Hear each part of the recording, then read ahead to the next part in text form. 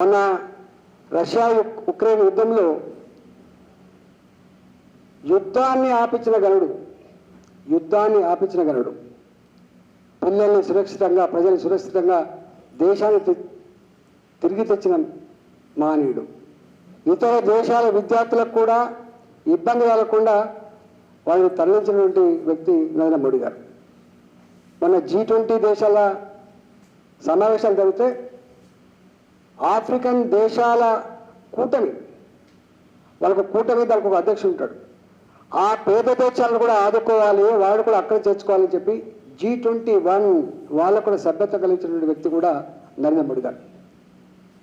మన ఎదుగుదల కాదు, ప్రపంచంలో ఏమున్న పేదరికమున్నా, ప్రపంచంలో ఏమున్న ఇబ్బందులున్నా అది మనకు మంచిది కాదని చెప్పి ఆ ఆఫ్రికన్ కంట్రీస్ ఏ టీం అయితే ఉంటుందో, ఏ కూటమి అయితే ఉంటుందో ఆ కూటమికి అధ్యక్షుల్ని G21గా చేసినటువంటి ఘనత కూడా నరేంద్ర మోడీ గారు. ఇవాళ ఇట్లా చెప్పుకుంటూ పోతే చాలా ఉన్నాయి,